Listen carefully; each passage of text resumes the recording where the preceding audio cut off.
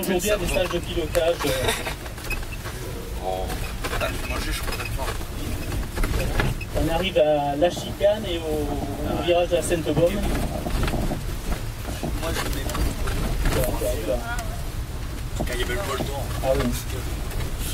Voir des courses dans ces conditions, c'est assez exceptionnel. Je ne cache pas. Oh oui, la grosse.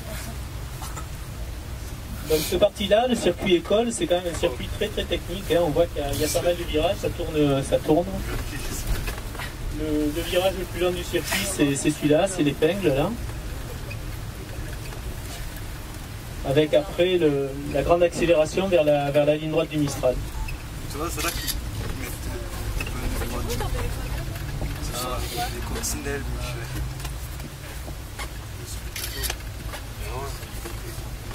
j'ai comment géant. Comment c'est Ça pleut. Ah ouais, ça filme. C'est limite Donc la piste du circuit fait entre 10 et 12 mètres, c'est très large, hein, même par rapport à d'autres circuits, c'est très très large. L'impression de largeur est accentuée par l'absence de grillage autour de la piste. Hein. Et on voit bien là ce qu'on décrit souvent à la télé et qu'on n'a pas l'occasion de voir, c'est les vibreurs. Alors là avec la pluie, je suis désolé, mais les bandes les abords de la piste rouge et blanche, si vous regardez bien, on voit des vibreurs, alors de plusieurs types, hein. Il y en a qui sont plus creux que d'autres. Ah ouais, mais c'est vrai que maintenant. Voilà. Donc ici, virage de la Sainte-Baume qui commande l'entrée de la grande ligne droite du Mistral, 1 km 800. Non, c'est parce que maintenant il faut que je fais comme ça. Je peux plus avec le bouton. Il est peut-être à coup. Pas simple.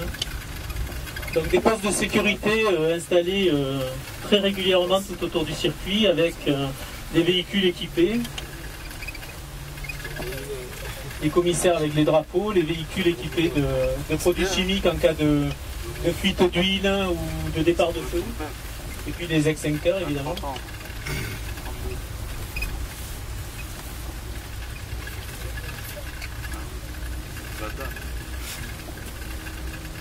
Donc là, la grande ligne droite du Mistral, qui avant était en un seul morceau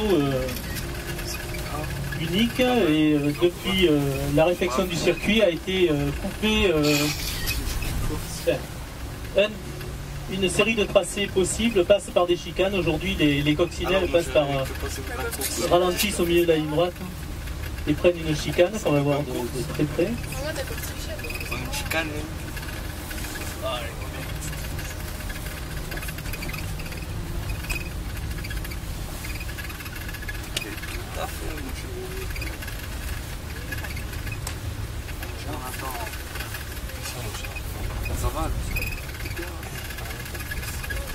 Il faut savoir que le circuit actuellement est loué et est utilisé plus de 300 jours par an, soit pour des essais, soit pour des courses.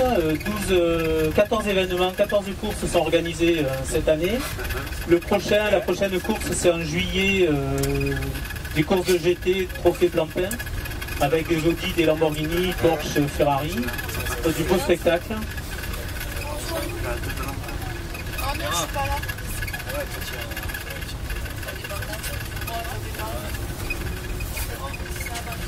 Juste en face, école de pilotage, et là la bretelle du circuit de 3,8 km qui permet de faire des courses que dans la partie sud du circuit. Donc, la ligne droite, là plusieurs possibilités de chicane ici. Le but du jeu étant de reproduire des virages pour les essais, des virages d'autres circuits. Donc il y a une configuration Montréal, une configuration Monaco, enfin bref.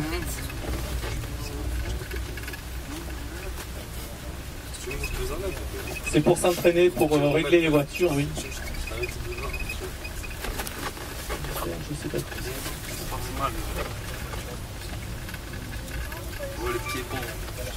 Véhicule d'extraction, donc probablement équipé d'outils pour découper les voitures.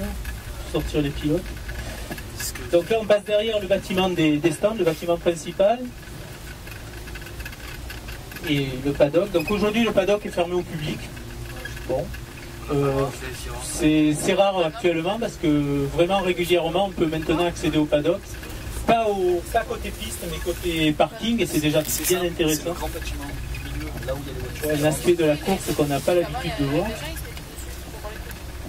Donc voilà, vous voyez ici il y a une quantité de possibilités de tracés assez impressionnantes. Hein.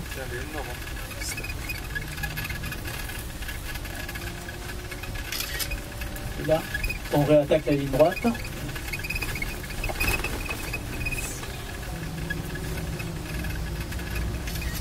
En face, le bâtiment Mistral qui permet d'organiser des réceptions et qui héberge actuellement une écurie de JMB Racing, une écurie de GT. Tu vois combien toi?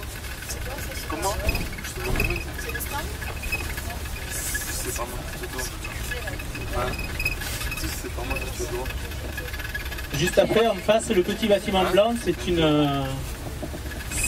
un bâtiment qui a été construit pour l'écurie Renault F1 à l'époque où ils venaient ici et ils voulaient avoir une base installée et qui a servi à Toyota quand ils ont créé leur écurie de F1. Ils faisaient des essais, ils étaient là très souvent, quoi.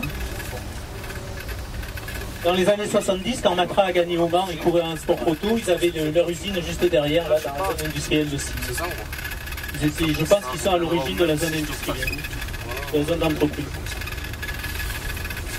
On arrive ici, donc, faut l'imaginer, en F1 ou même en moto, puisque les essais moto sont de grosses cylindrées, on montre ça souvent à Automoto. Ici, on arrive à 300 à l'heure. Et le virage que vous voyez là, pour les meilleurs, se prend à fond. Voilà. Je leur laisse. C'est à 300? En Formule 1, ici, 300 à l'heure. Tempo. Franchement, posé. 300 là, qui arrive dans le virage, À Signes, il se prend à fond, je vous assure. En F1, il se prend à fond.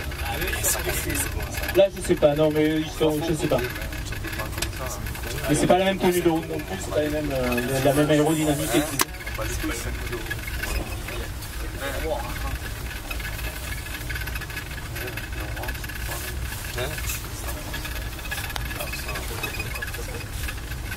Je t'ai fait sauter moi tu vas pouvoir pas. Le signe qui débouche sur un petit bout droit et puis un virage très technique, voilà.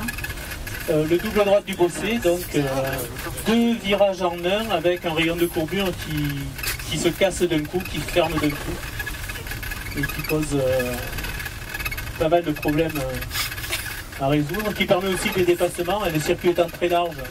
Et c'est un virage où il y a plusieurs trajectoires possibles, donc ça permet de se dépasser.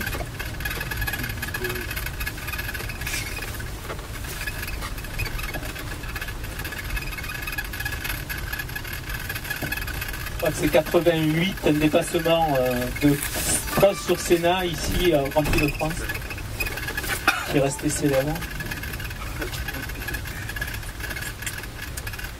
On verra toujours des zones de dégagement très très importantes avec les bandes bleues et les bandes rouges pour freiner les voitures.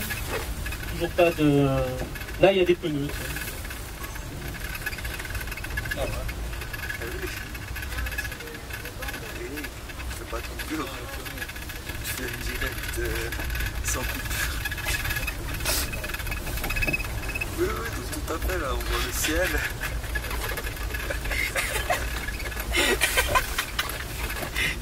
Regarde, le ciel.